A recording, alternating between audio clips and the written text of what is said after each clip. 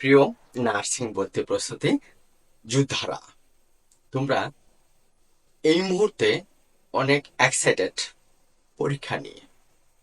তোমাদের পরীক্ষায় এবং পরীক্ষার যুদ্ধে যেন তোমাদের সাথে আমি কিছুটা সামিল হতে পারি, সেই জন্যই তোমাদেরকে এখন দিচ্ছি ইংরেজি স্পেশাল সাজেশন। আশা করি এই সাজেশন থেকে তোমরা বেশ কমন পাবা, অর্থাৎ 18-19 তো 100% কমন পাবা। একটু লক্ষ্য করো, এই মুহূর্তে তোমরা ক্লাস 6, 7, 8, 9, 10, 11, 12 এতগুলো বর্ষ ইংরেজি পড়েছো। তো সেক্ষেত্রে নার্সিং ভর্তি পরীক্ষায় অবশ্যই অবশ্যই কিসের উপর গুরুত্ব দিবা? বেসিকের উপর। এতদিন যাবৎ অনেক ক্লাস করেছো, অনেক পড়ার চেষ্টা করেছো। তো সেই ক্ষেত্রে এই মুহূর্তে তোমাদের প্রয়োজন হচ্ছে ওইগুলোই বারবার রিভিশন দেওয়া। কোনগুলো? যা বলবো বা যে টপিকগুলো এখন দিব, ওই টপিকগুলো বারংবার পড়বা। আশা করি খুব ভালো করবা। প্রথমত আসি আমরা পার্টস অফ স্পিচ। একটু দেখো,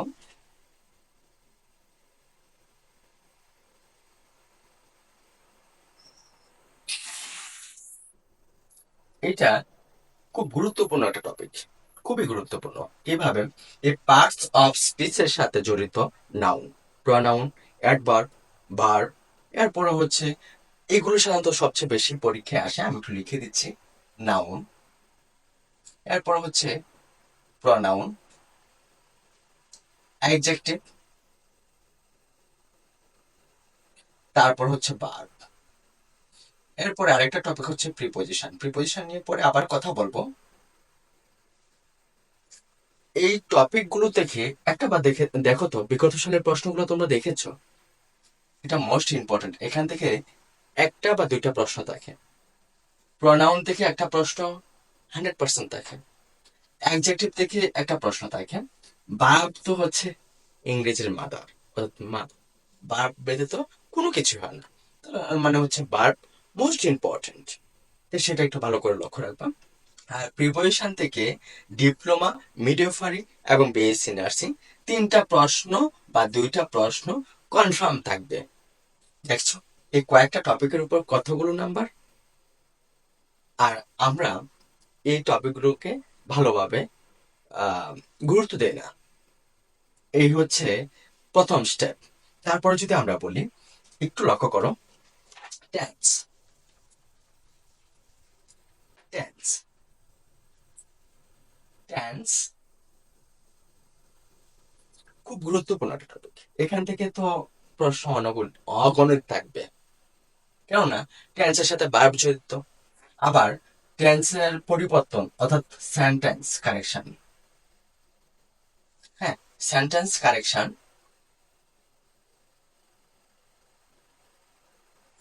সেন্টেন্স কারেকশন থেকে একটা প্রশ্ন, মানে অনুবাদ থাকবে হয়তোবা, মানে বাংলা দেওয়া থাকবে, ইংরেজি ট্রান্সলেশন যেটাকে বলে। ট্রান্সলেশন এখানে লিখে ফেলতে পারো, এগুলো কাছাকাছি। ওকে।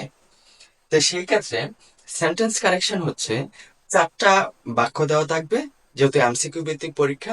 এর মধ্যে চারটা সেন্টেন্সের মধ্যে একটা সেন্টেন্স সঠিক থাকবে, বাকি তিনটা ভুল থাকবে। সেটা ভার্বের নিয়ম অনুযায়ী হতে পারে, গ্রামাটিক্যাল নিয়ম অনুযায়ী হতে পারে, বা বিভিন্ন টাইপের ভুল থাকতে পারে। কিন্তু একটা সেন্টেন্স অবশ্যই সঠিক থাকবে। বা এরকম বলতে পারে যে নিচে চারটা বাক্য থেকে কোন বাক্যটা ভুল। হুম। ফর এক্সাম্পল অনেকগুলোই এরকম আছে।